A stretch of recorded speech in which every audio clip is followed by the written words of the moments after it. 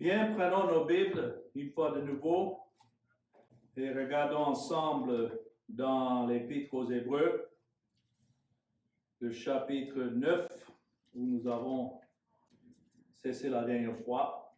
Et aujourd'hui, mon texte est à partir du verset 11 jusqu'au verset 15. Et je voudrais vous parler de la nouvelle alliance dans le sang du Christ. Qu'est-ce qui a fait la différence entre l'ancienne alliance et la nouvelle? C'est le sang de Christ, c'est-à-dire sa mort à la croix. Voilà ce qui fait la différence. Comme le verset 11 débute ici en disant « Mais Christ est venu ». Voilà ce qui a fait le changement. Christ est venu.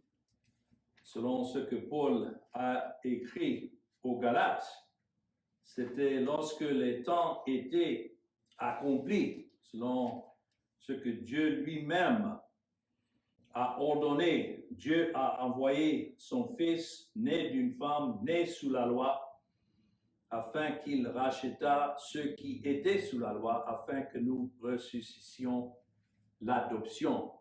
Donc voilà cette transition que nous voyons ici entre l'ancienne alliance et la nouvelle, ou bien on peut dire l'Ancien Testament et le Nouveau. C'est que Christ est venu. Et c'est écrit qu'il est venu comme souverain sacrificateur des biens à venir. Quels étaient les biens à venir qui n'existaient pas sous l'ancienne alliance? Ça, c'est une question très importante. Nous savons que tout ce qui était sous l'ancienne alliance était sous forme de symbole ou type. Ça préfigurait la réalité. C'était l'ombre des choses à venir.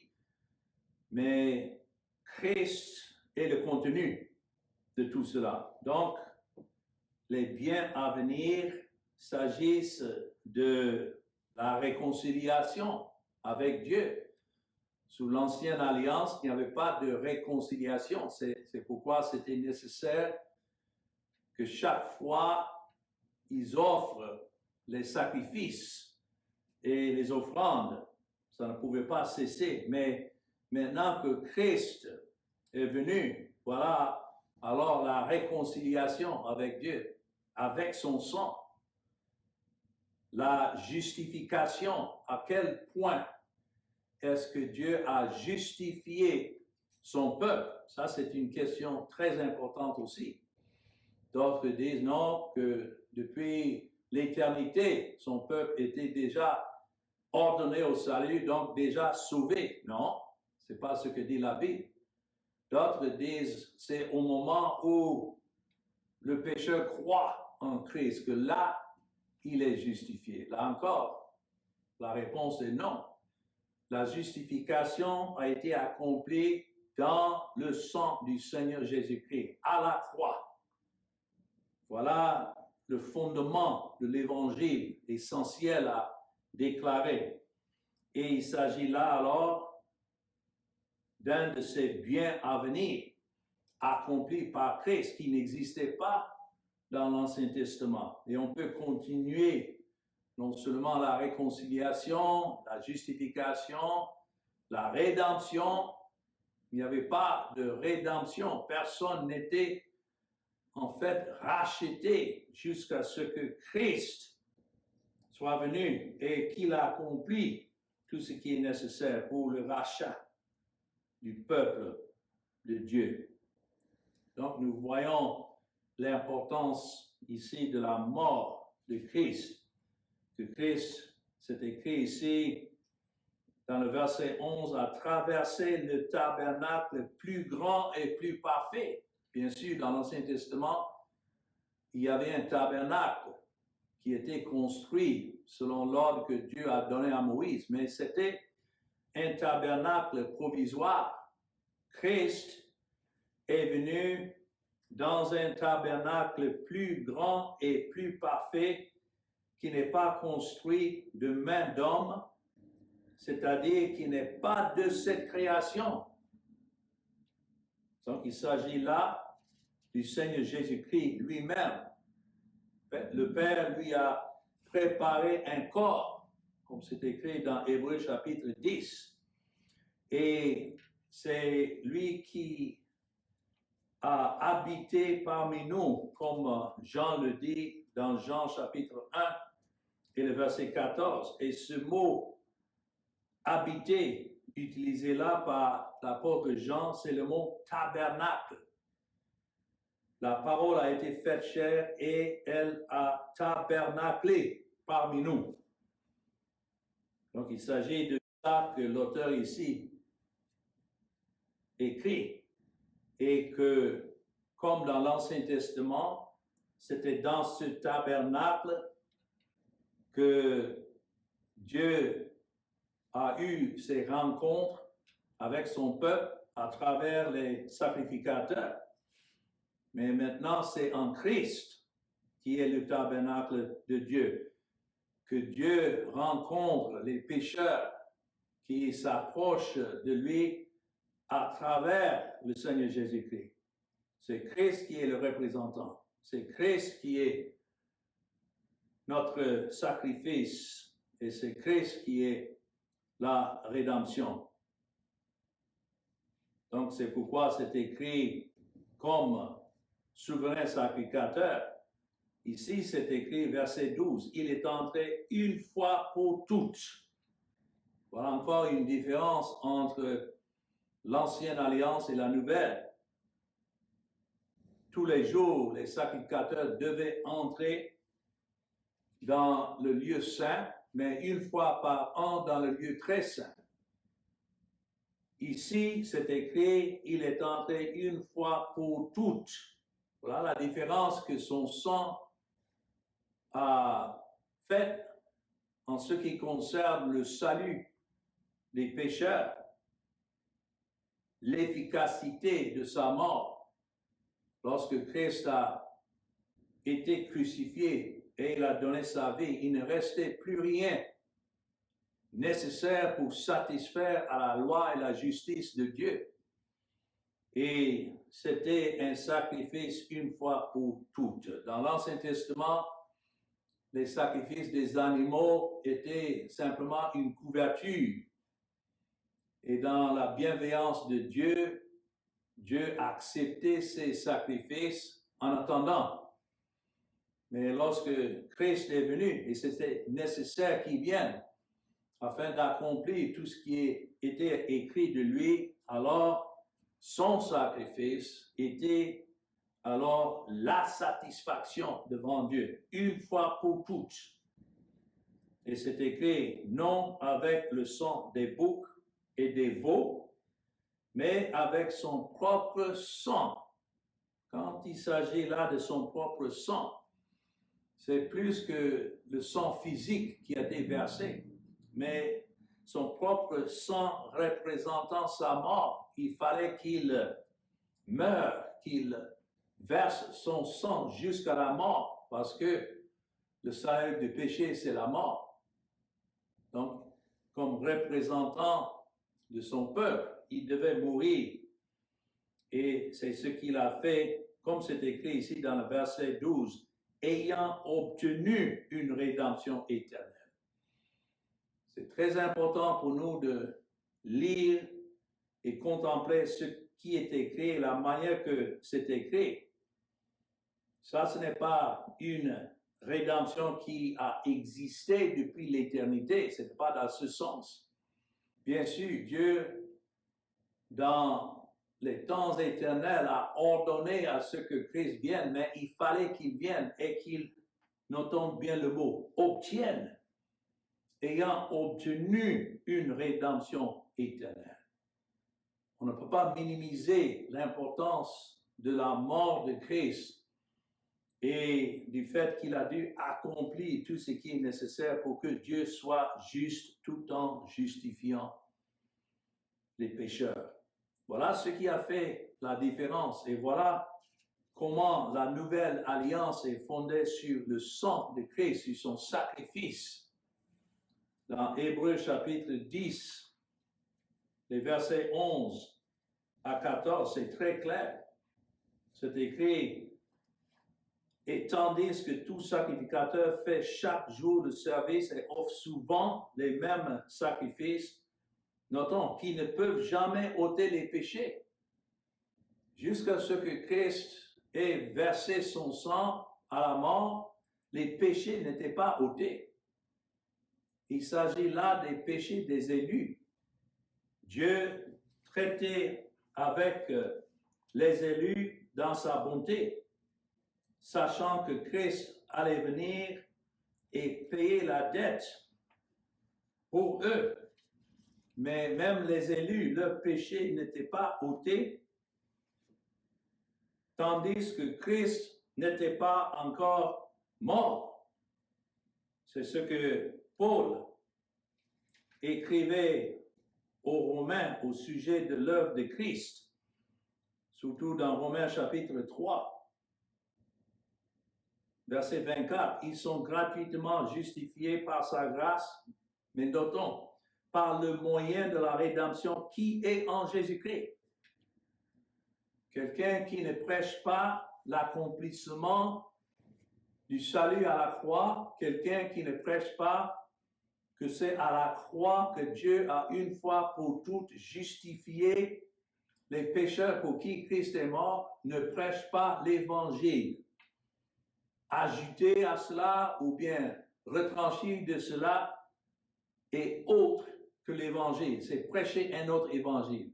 Si quelqu'un dit non, il s'agit de la mort de Christ plus l'agrément du pécheur, il faut que le pécheur agrée, donne son approbation pour que la mort de Christ soit efficace pour lui, ne connaît pas l'évangile.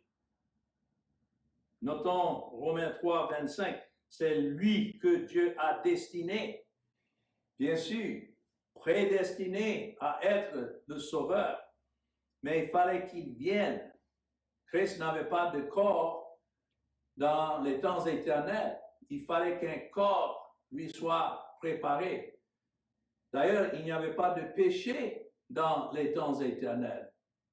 C'est pas un seul homme, sa désobéissance, que le péché est entré dans le monde et à travers lui la mort. Ça, c'est le péché d'Adam.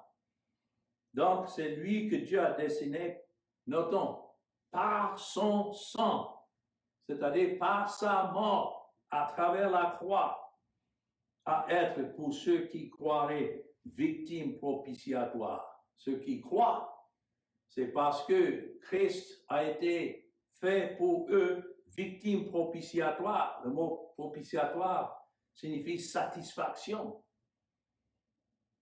Et c'est ce que la mort de Christ est pour ceux qui croient. Ce n'est pas leur croyance qui rend Dieu propice, non, mais ceux pour qui Dieu a été rendu propice par la mort de Christ, à la croix, par son sang. Ceux-là croient lorsque l'Esprit de Dieu révèle Christ en eux. Et c'est écrit afin de montrer sa justice parce qu'il avait, notons, laissé impunis les péchés commis auparavant. Quand c'est écrit qu'il a laissé impunis les péchés commis auparavant, il s'agit des péchés des élus, des péchés de ceux pour qui Christ est mort, mais c'était comme si Dieu ne rendait pas sa justice à ceux qui lui appartenaient dans l'Ancien Testament, parce que c'est écrit au temps de sa patience. Voilà la bienveillance de Dieu, sa bonté. Il ne pouvait pas punir ceux de l'Ancien Testament qu'il avait choisis. Mais il fallait, alors que Christ vienne et qu'il paye leur dette. Et c'est pourquoi c'est écrit, afin, dis-je, verset 26, de montrer sa justice dans le temps présent. Quel est le temps présent? C'est depuis la croix. De manière à être juste, tout en justifiant celui qui a la foi en Jésus.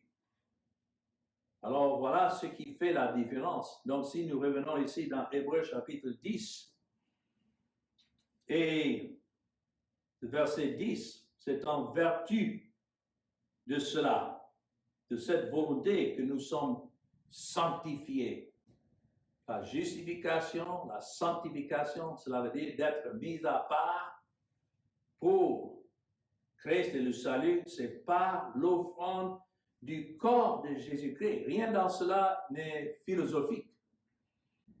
Ça devait être accompli dans l'histoire, dans la réalité, une fois pour toutes. Et alors, tandis que tout sacrificateur fait chaque jour le sacrifice et offre souvent les mêmes sacrifices qui ne peuvent jamais ôter les péchés, lui, après avoir offert un seul sacrifice pour les péchés, c'est assez pour toujours à la droite de Dieu, pour toujours. Ah, quel merveilleux mot que nous lisons ici. Dans le tabernacle, sous l'ancienne alliance, il n'y avait pas de chaise dedans.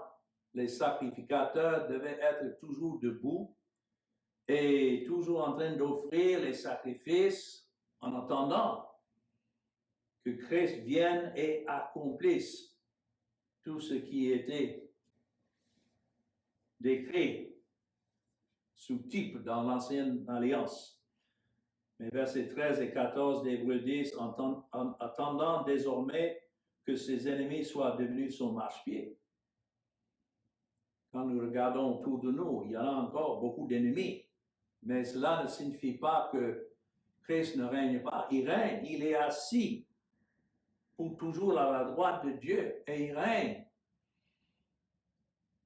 Il y a des ennemis et il faut dire que même les élus sont nés dans ce monde, dans leur esprit et dans leur pensée, rebelles et ennemis de Dieu.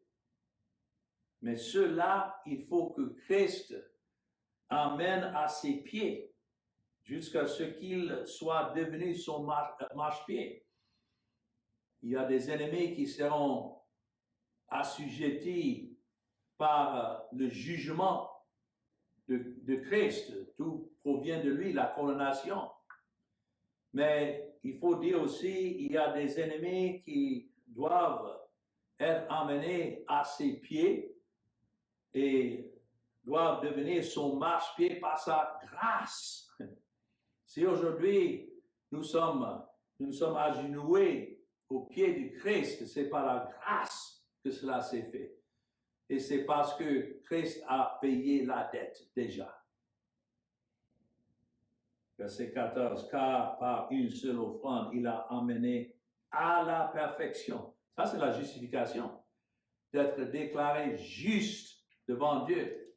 Cela ne signifie pas que nous sommes parfaits dans notre nature, mais dans notre substitut. Dieu nous regarde comme parfaits, aussi parfaits que Dieu lui-même, à cause de ce sacrifice de Christ. Et c'est pour toujours qu'ils sont sanctifiés ou mis à part. Et c'est ainsi qu'aujourd'hui, nous n'avons pas besoin de sacrificateur. Christ est le souverain sacrificateur. Et comme nous avons vu la dernière fois, tous ceux qu'il a rachetés sont devenus sacrificateurs à lui à travers sa mort. Oh, quelle œuvre de grâce que nous voyons ici. Et voilà ce qui fait la différence entre l'ancienne alliance et la nouvelle. Le Seigneur Jésus, Christ, n'est pas venu sur la terre pour se réconcilier par la sainteté de sa vie. C'est vrai, c'était nécessaire qu'il vienne et qu'il vit une vie parfaite devant le Père et qu'il accomplisse la justice dans sa vie. Mais si il avait fait cela et puis est remonté au ciel, le salut ne serait pas accompli. Il fallait non seulement qu'il soit l'agneau sans blâme, mais qu'il soit aussi l'agneau immolé devant Dieu. Et nous savons que le sang des taureaux et des boucs ne pouvait pas accomplir cela, mais seulement le sang de Christ. C'est ce que nous lisons ici dans Hébreux chapitre 9 et continuons dans le verset 13. Car si le sang des taureaux et des boucs et la cendre d'une vache répandue sur ceux qui sont souillés sanctifie et procure la pureté de la chair. C'est tout ce que ces activités pouvaient accomplir dans l'Ancien Testament. Ça ne pouvait pas rendre parfait devant Dieu, mais c'était pour la purification de la chair. Mais c'était une ombre de l'œuvre de Christ, décrit ici dans le verset 14, combien plus le sang de Christ, qui est par un esprit éternel, s'est offert lui-même, sans tâche à Dieu. Purifiera-t-il quoi? Votre conscience. Il y a la purification de la chair, symbolisée par les sacrifices et les lavages de l'Ancien Testament, mais maintenant, nous avons dans le sang de Christ, nous avons dans sa mort, son sang versé à la mort, maintenant une purification spirituelle de notre conscience, notons, des œuvres mortes. De quoi il s'agit ici des œuvres mortes? Il s'agit des efforts que l'homme pouvait faire pour essayer de se réconcilier avec Dieu, mais maintenant, sachant que rien en ce qui concerne cette chair ne peut nous purifier devant Dieu, voilà, notre conscience maintenant, une fois que Christ est révélé dans notre cœur, se repose des œuvres mortes. On ne poursuit plus à nous réconcilier avec Dieu par nos efforts ou bien par ses activités. Afin, c'est écrit que vous serviez le Dieu vivant. Et c'est pour cela, voilà encore ce que nous sommes en train de voir, comment la nouvelle alliance dans le sang de Christ et l'alliance établie pour toujours maintenant devant Dieu. C'est pour cela qu'il est le médiateur d'une nouvelle alliance, afin que la mort étant intervenue pour le rachat des transgressions commises sous la première alliance. Donc ici, nous voyons que la mort de Christ était efficace pour les élus qui étaient encore sous la première alliance, mais maintenant que sa mort est intervenue pour le rachat, une fois encore, quand est-ce que la rédemption a été obtenue? Dans la mort de Christ. Ceux qui ont été appelés, bien sûr, les Abraham, les David, Isaïe, Jérémie, d'autres de l'Ancien Testament, ont été appelés. Mais notons à quel moment est-ce qu'ils ont reçu l'héritage éternel qui leur a été promis. C'est à travers la mort de Christ. C'est pourquoi Christ a dit d'Abraham, il a vu mon jour et il s'est réjoui. Quel jour est-ce qu'il a vu? La mort de Christ, le jour de sa mort.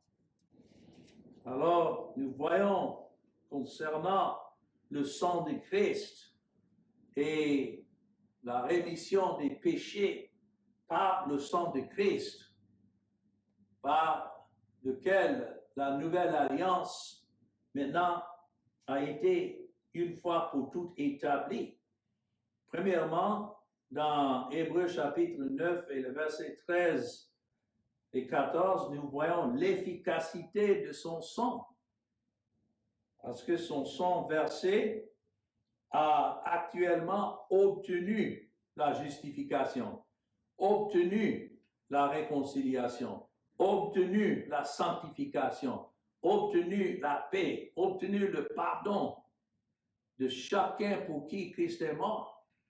Ceux qui prêchent que Christ est mort, pour ceux qui finalement terminent à l'enfer, ils ne prêchent pas l'Évangile, il ne prêche pas la mort de Christ selon les Écritures, c'est-à-dire il prêche un autre message qui n'est pas l'Évangile. Non. L'efficacité de la mort de Christ. Oh, combien nous voyons ça clairement ici et dans d'autres passages, que sa mort est effectivement la justification et la satisfaction de Dieu. Et nous allons voir la prochaine fois dans les versets 15 à 17, non seulement l'efficacité de son sang, mais la nécessité de son sang. Tout cela a été nécessaire. Il y en a qui prêchent que puisque Dieu a déclaré et destiné ces choses depuis l'éternité, alors la venue du Christ ne changeait en effet rien, c'était simplement pour confirmer et affirmer ce que Dieu avait déjà décidé depuis l'éternité. Mais cette manière de philosophie, et c'est tout ce que c'est, de raisonner parmi les hommes, ça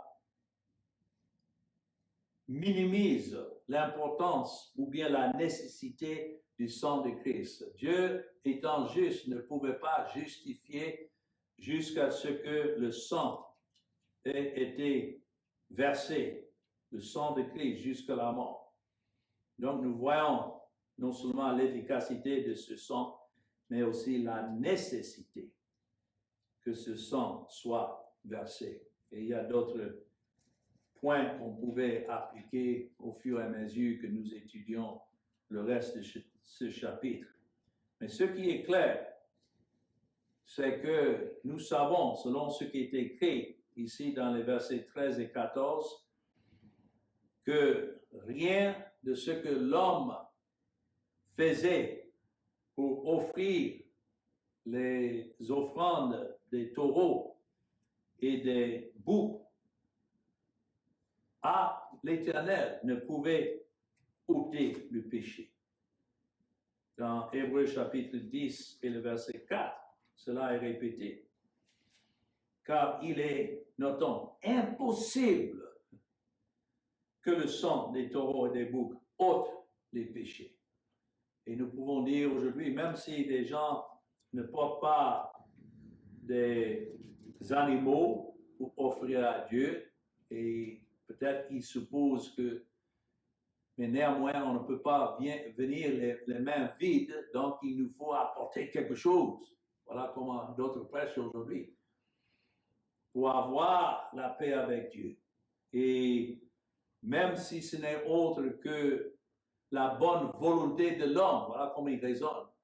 Dieu attend à ce que vous vous approchez avec votre bonne volonté. Le problème, c'est que l'homme n'a pas de bonne volonté. Notre volonté est dépravée et nous savons que personne n'allait s'approcher de Dieu. Et d'ailleurs, même si c'est ça que l'homme pense apporter à Dieu, même à la place du sang des taureaux et des boucs, rien dans cela ne peut ôter les péchés. C'est très important que cela soit déclaré clairement dans Galates, chapitre 2. L'apôtre Paul insistait là-dessus parce qu'il y avait des judaïques qui venaient derrière lui et qui disaient, oui, on peut toujours tenir dans une main Christ et Christ crucifié, mais en même temps, il faut au moins certains aspects de la loi pour compléter ce que Christ est venu faire. Et pour eux, c'était la circoncision. Mais qu'est-ce que Paul dit dans Galates chapitre 2, le verset 21? Je ne rejette pas la grâce de Dieu. Ceux qui insistent sur le fait qu'il faut venir à Christ, mais il faut aussi venir avec vos œuvres, ils rejettent la grâce de Dieu.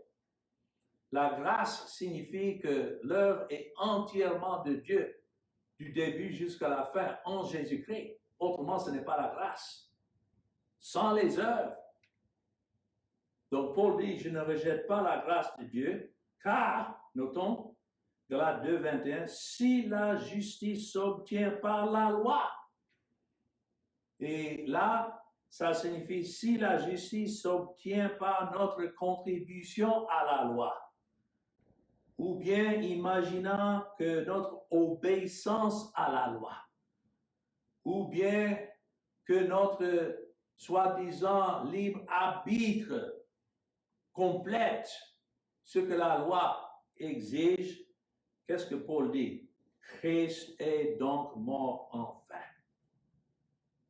Vous voyez comment ceux qui ajoutent à l'œuvre de Christ et sa mort, son sacrifice unique pour le salut, ne font que détourner et pervertissent l'évangile de la grâce de Dieu. Rien dans cela ne peut ôter le péché.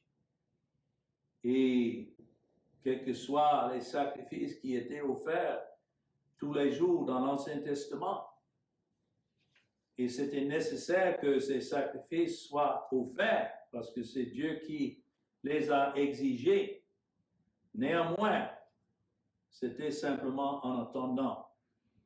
Aucune goutte de sang versée d'un animal ne pouvait satisfaire à Dieu et enlever le péché de qui que ce soit.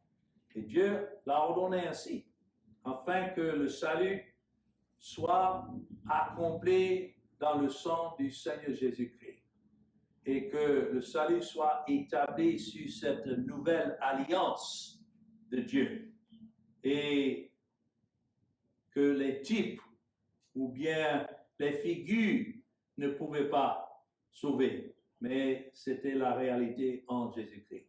C'est comme quelqu'un qui a un morceau de pain et c'est une belle image du pain, mais le pain, la photo, l'image ne peut pas nourrir celui qui a faim. Non, il faut le véritable pain.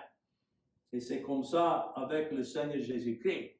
Notre réconfort n'est pas dans les types ou bien les symboles de ce qui était représenté dans l'Ancien Testament, mais c'était dans l'œuvre de Christ. Dans 1 Jean, chapitre 1 et le verset 7, et avec cela, je vais terminer pour cette semaine et cette leçon, mais dans 1 Jean, chapitre 1 et le verset 7, qu'est-ce que nous lisons?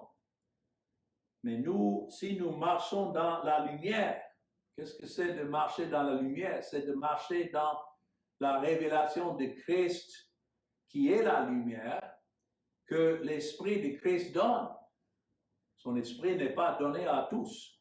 Mais si quelqu'un marche dans la lumière, comme il est lui-même dans la lumière, c'est-à-dire que Christ lui-même est cette lumière qui brille, nous sommes, notons, mutuellement en communion les uns avec les autres. Voilà ce qui, dans la nouvelle alliance, nous fortifie ensemble, chacun qui fait partie de cette nouvelle alliance, selon la grâce éternelle de Dieu.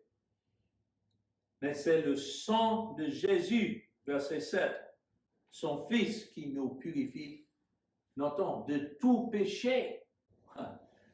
Quand on appelle l'évangile la bonne nouvelle, voilà la bonne nouvelle.